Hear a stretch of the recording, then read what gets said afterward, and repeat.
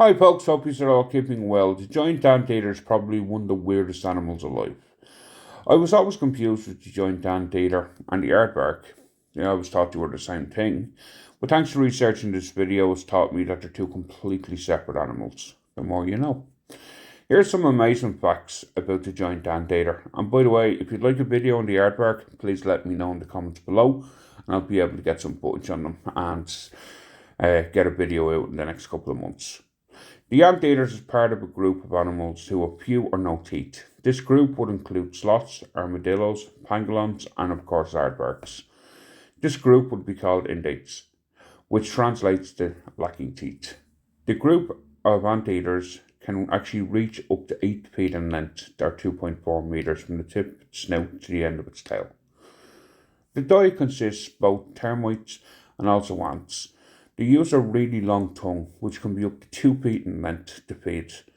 But not only is the anteater's tongue super long, it's also super sticky, covered in sticky saliva, and there's also tiny backward pointing spines in their tongue.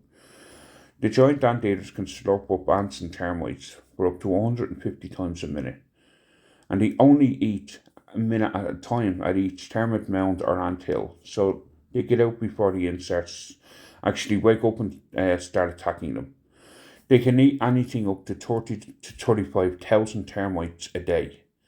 However, they don't only eat both ants and termites. Other items in their daily diet could consist of fruit, bird eggs, and an assortment of worms, insects, and even bees. You might think that the anteaters would use their long tongue to lap up water like other animals, but they rarely drink. Most of the giant anteaters' water comes from their food. They might not have teeth, but they do have razor sharp claws. And them razor sharp claws are up to 4 inches in length on their two front paws, but which they use for two things. One is breaking into the termite mounds, and two is a defense against their main predator, which we'll get into in a little bit. In the wild, giant anteaters can be found all over Central and South America, except for Guatemala, Uruguay, and El Salvador. They can live in a variety of habitats such as forests, wetlands, savannas, grasslands.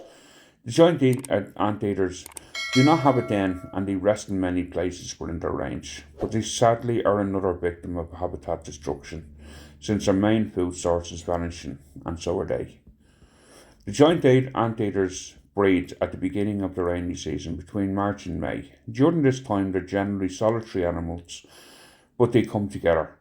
After a gestation period of about 6 months, a single baby pup is born.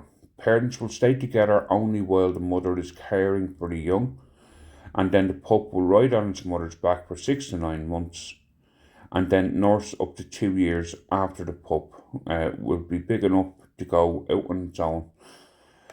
Fun fact, when it's time to give birth, the female will actually deliver in the upright position, in the standing position, using their tail for support. And also, another fun fact, they've actually got the lowest body temperature of any mammal. When it comes to land-dwelling mammals, the anteater has the lowest body temperature of approximately 89.6 degrees Fahrenheit. This is mainly due to the fact of actually what they eat. Despite eating large quantities of ants and termites, unfortunately, they have no nutritional or energy value. However, their bodies have adapted by conserving energy wherever possible. Anteaters will move slow, sleep most of the day, and use their furry tails to maintain their body heat. It's quite rare to see anteaters engaging in strenuous activities like climbing, running, or swimming for extended periods of time, even though they are very fast runners when necessary. Though they have 4 feet, they've only got on their two front paws, they've got claws. Interestingly, when walking, anteaters will curl their feet up like fist-like balls to keep their claws protected and prevent them from dulling. Along with their cleverly designed tongue, anteaters will also use their razor-sharp claws for many purposes. These claws are incredibly dangerous, and they are the animal's best defense against attack. According to the IUCN, the giant anteater is actually officially classified as vulnerable. as they are the most threatened mammals, one of the most threatened mammals in Central America, and they are also extinct in Guatemala, El Salvador, and Uruguay. The loss of their grassland habitat is a major threat to their survival, as sugarcane growers regularly burn their fields, ultimately affecting the anteater's habitat. Some humans hunt them for food, while others kill them simply because they consider them as pests. In Brazil, many are killed in the road traffic, and also their natural predators would be cougars and jaguars. On a lighter note, projects such as the Iberia project has rescued more than 10 orphaned anteaters and reintroduced them back into the wild in Argentina. Conservationists are collecting data in Brazil to determine how the roadways affect these animals in the hope that new protections can be enacted for them. At the end of the day, I hope we can save this beautiful animal.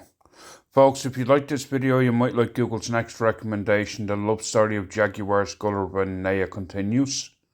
It's an update on the original story, The Love Story of Jaguars Gullerbanea. See you in the next one, folks. Thank you so much for watching.